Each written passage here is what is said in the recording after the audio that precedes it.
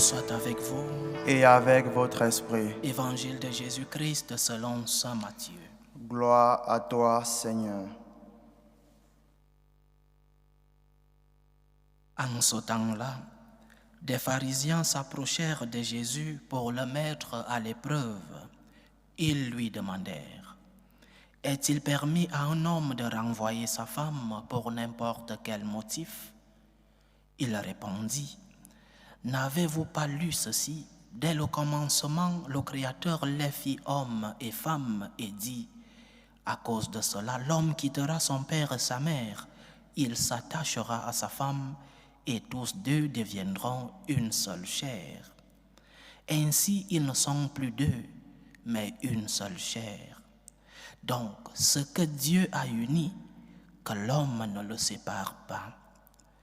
Les pharisiens lui répondirent: pourquoi donc Moïse a-t-il prescrit la remise d'un acte de divorce avant la répudiation? Jésus leur répond: c'est en raison de la dureté de vos cœurs que Moïse vous a permis de renvoyer vos femmes. Mais au commencement, il n'en était pas ainsi. Or, je vous le dis, si quelqu'un renvoie sa femme, sauf en cas d'union illégitime, et qu'il en épouse une autre, il est adultère.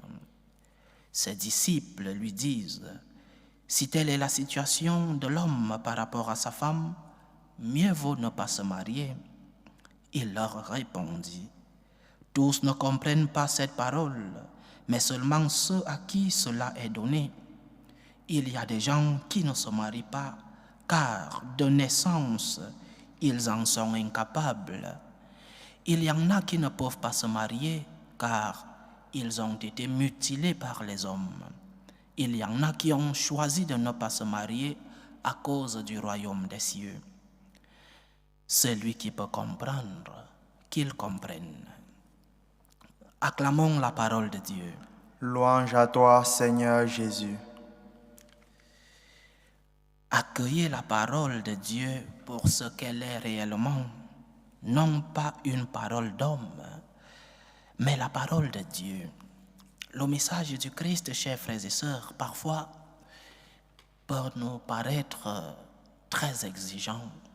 Parfois même, il est inconfortable.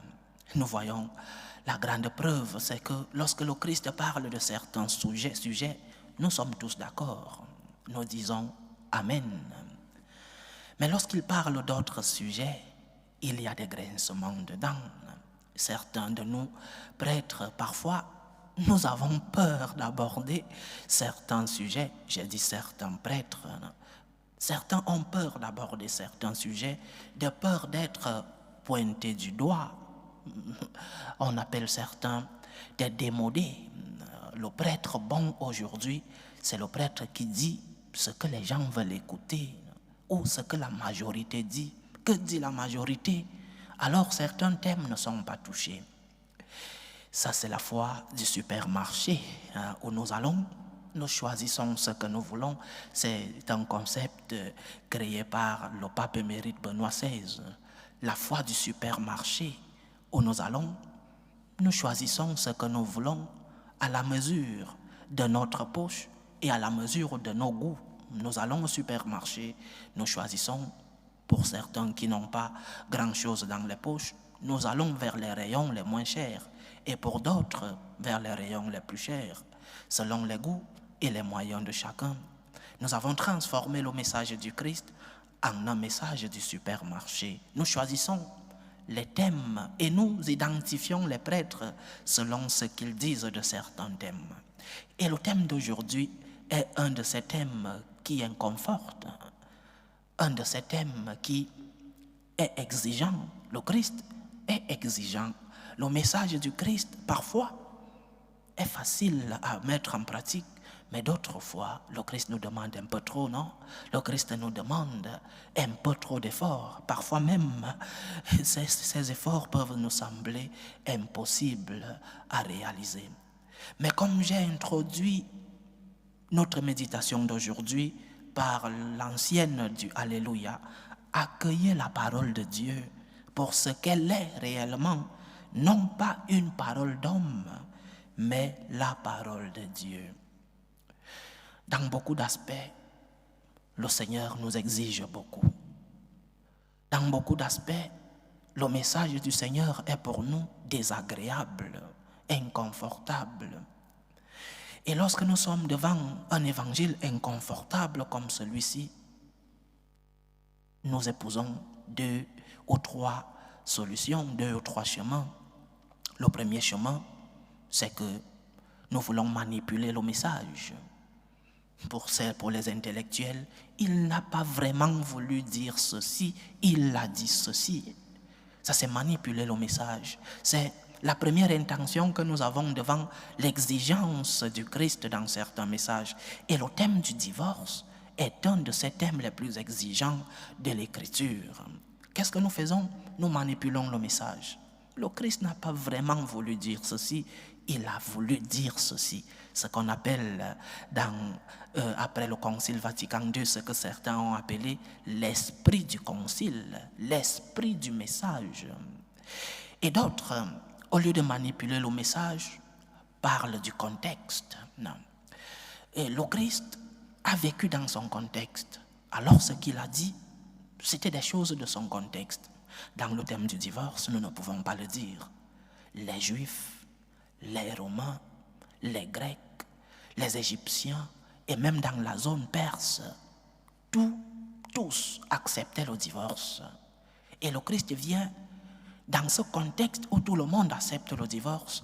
Le Christ vient non seulement rejeter ce divorce, mais accuser cela, accuse même le grand Moïse, que Moïse a permis que vous répudiez vos femmes à cause de la dureté de vos cœurs. Le Christ vient donc être, en prenant les concepts que nous utilisons aujourd'hui, le Christ est dans ce cas politiquement incorrect.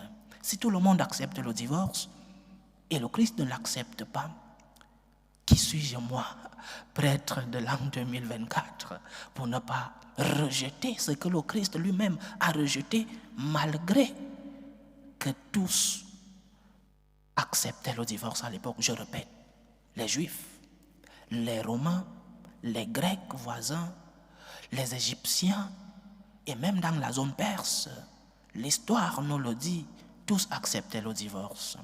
Mais le Christ est contre. Mais pourquoi? Parce qu'il est Dieu. Et c'est le troisième chemin que nous devons emprunter devant un évangile inconfortable. Le Christ est Dieu. Et comme il est Dieu, j'accepte sa parole avec humilité. Le premier chemin, il faut manipuler le message. Le deuxième chemin, il faut entrer dans le contexte. Le troisième chemin, c'est celui du chrétien, humilité. Seigneur, c'est dur ce que tu me demandes. Seigneur, c'est fort ce que tu me demandes. Mais Seigneur, je sais que tu es Dieu. Et je sais que ta parole n'est pas la parole d'un grand leader d'une époque. Ta parole est parole de Dieu. C'est cela qui est en jeu, chers frères et sœurs. Lorsque nous manipulons le message, lorsque nous transformons la foi en la foi du supermarché, lorsque nous voulons contextualiser ce que le Christ a dit à une époque, ce qui est en jeu, c'est la divinité du Christ. Si le Christ est Dieu, son message vaut pour les siècles des siècles. Nous disons Amen. Si le Christ est Dieu, il n'y a pas de manipulation de son message, il n'y a pas de contextualisation de son message. Nous dirons, parce qu'il a vécu dans ce contexte, il a dit ceci, il est Dieu. Et s'il est Dieu, son message ne doit pas être manipulé, son message ne doit pas être contextualisé. Son message est pour tous les temps et pour toutes les cultures qu'elles soient. Mais nous devons le recevoir avec humilité. Je répète, parfois, le Christ nous demande des choses très difficiles à mettre en pratique. Et le cas du divorce est un de ces cas-là qui, parfois pour nous les prêtres, lorsque des cas comme cela, nous les avons, il est difficile de cerner non seulement les circonstances, mais la réponse à donner à ces personnes qui vivent des troubles et des crises dans leur foyer. Mais c'est parole de Dieu. Et si Jésus l'a dit, Je dis Amen. Et j'ai confiance en lui. Je sais que sa parole est parole d'amour. Je sais que sa parole, c'est pour ma félicité. Je sais que sa parole, c'est une parole qui m'amène vers lui. Donc, chers frères et sœurs, si quelqu'un renvoie sa femme, il a commis adultère. Lorsque nous écoutons ces messages aujourd'hui, certains veulent le manipuler en disant que Jésus est démodé et qu'il faut l'actualiser. Si tout le monde l'accepte aujourd'hui, tout le monde accepte le divorce, alors nous devons l'accepter. Non, le Christ n'a pas accepté le divorce dans son époque et nous ne devons pas l'accepter. Faisons des efforts pour ceux qui vivent dans ces situations très difficiles, je répète, des situations qui vraiment sont compliquées à discerner. Mais avec humilité, disons au Seigneur, tu es Dieu, ta parole est parole de Dieu.